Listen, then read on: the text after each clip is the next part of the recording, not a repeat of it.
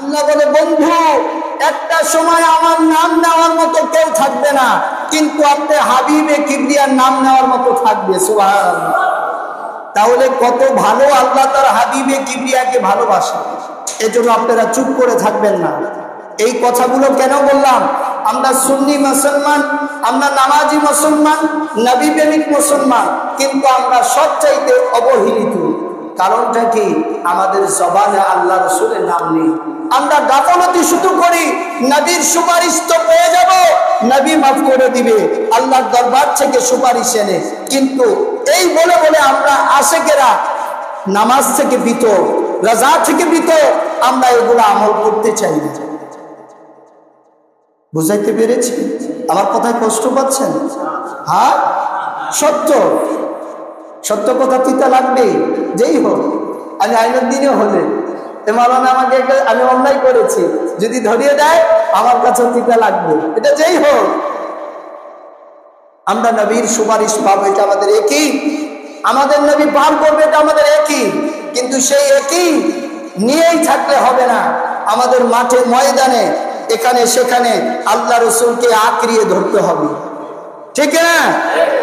কথা বলতে হবে। আজকে আমরা ঠিক কিনা ঠিক কোথায় বলবো এটাও ভুলে গিয়েছি। হ্যাঁ, এটাও ভুলে গেছি। সুবহানাল্লাহ, আলহামদুলিল্লাহ কোথায় পড়বে এটাও ভুলে গেছি। এক ছেলেকে যদি বলি ভাই ভাত খাইছে, সে কয় ইনশাআল্লাহ। কিন্তু আমাদের বাক্যটা কি? আলহামদুলিল্লাহ, মানে আল্লাহর প্রশংসা। ওইটা ইনশাআল্লাহটা আল্লাহর ইচ্ছা একই, কিন্তু ইনশাআল্লাহ বলবো কোথায়? ভাই আমি কালকে আপনার সাথে দেখা করবো, ইনশাআল্লাহ চায় তো। আর আলহামদুলিল্লাহ, ভাই আপনি ভালো আছেন? আলহামদুলিল্লাহ, ঠিক না? অনেক মানুষ বাবাজি ভাত খাইছে, বাবা কয় ইনশাআল্লাহ। এক আশ্চর্য বিষয়, ইনশাআল্লাহ আলহামদুলিল্লাহ কই কবি এই খবর রাখে না। এমন করলো।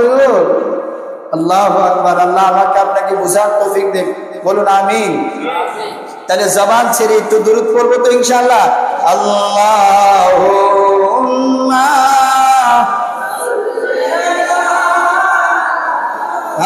মোহাম্মদ ওয়ালা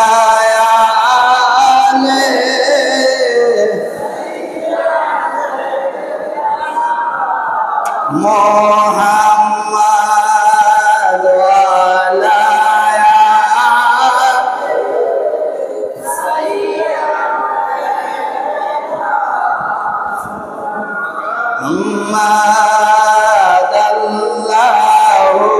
আল্লাহুম্মা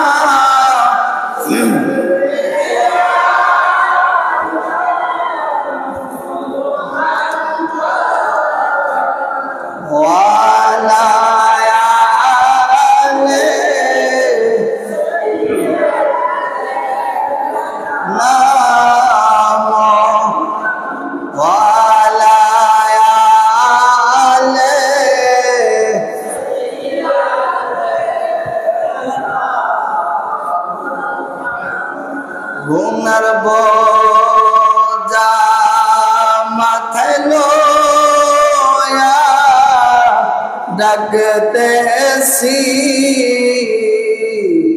মাফ করো